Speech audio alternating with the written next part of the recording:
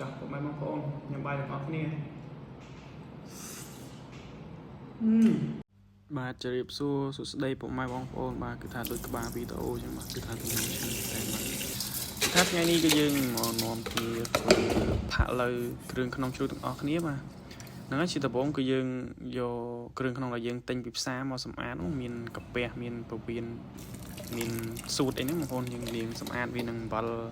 ហើយក៏យើងដាំទឹកក្តៅលាងច្បាច់សម្អាតវាឲ្យស្អាតបងប្អូនឥឡូវយើងលាងស្អាតហើយយើងទៅ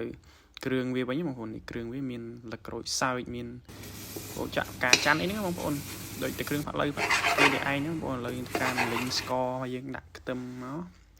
តបមកយើងលីងវាឲ្យឈ្ងុយបន្តិចមកក៏យើងដាក់គ្រឿងផាក់លើយើងឈើផ្អែមផ្កាចាន់ហ្នឹងដាក់អស់បងប្អូនហើយយើងលីងវាបន្ទាប់មកយើង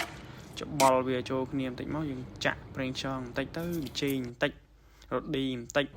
លួចអំបិលបន្តិចមកបងប្អូនហើយមកយើងច្បល់យើងក្របវាចេញក្របពុកអីល្មមហើយយើងធ្វើការថែមទឹកសយើងបន្តិចបន្តួចបងប្អូន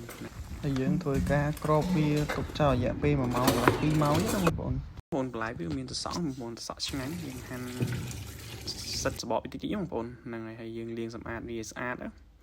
តមកទៀតក៏យើងអត់មានធ្វើអីទេគឺដដែលបងប្អូនបុកត្រីកោះកុងគ្រឿងផ្សំដដែលបងប្អូនបុកវាតិចទីខ្ទឹមហ្នឹងបងប្អូនបុកហើយយើងដាក់ចេងដាក់ស្ករដាក់ទឹកត្រីបន្តិចបន្តួចទៅហើយយើងច្បាច់ក្រូចឆ្មាទៅហើយបងប្អូនទឹកត្រីកោះកុងអត់មានអីពិបាកទេដដែលស្រួលបងប្អូនហ្នឹងហើយយើងឆ្លៀតទៅមើលសាច់យើងវិញបងប្អូនឥឡូវគឺថាស្ងួតទឹកតំណបងប្អូនហើយតោះទៅហាន់ទាំងអស់នេះបងប្អូនញ៉ាំមើលតំណបងប្អូនតោះឥឡូវយើងទៅហាន់សាច់ជាមួយខ្ញុំទាំងអស់នេះបងប្អូន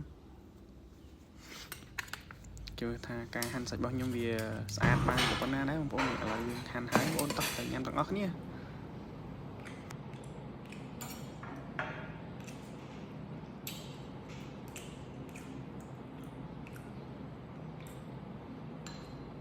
ចាស់ពុកម៉ែបងប្អូនញ៉ាំបាយទាំងអស់គ្នា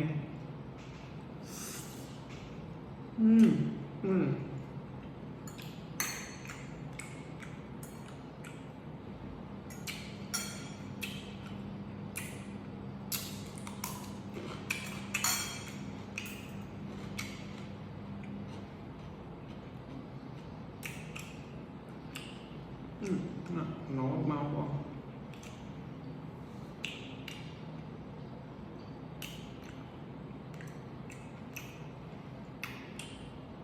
បាទគឺថាវីដេអូខ្ញុំគឺមានតែប៉ុណ្្នឹងហើយមកពុកម៉ែបងប្អូនអរគុណសម្រាប់ការទស្សនាវីដេអូរបស់ខ្ញុំ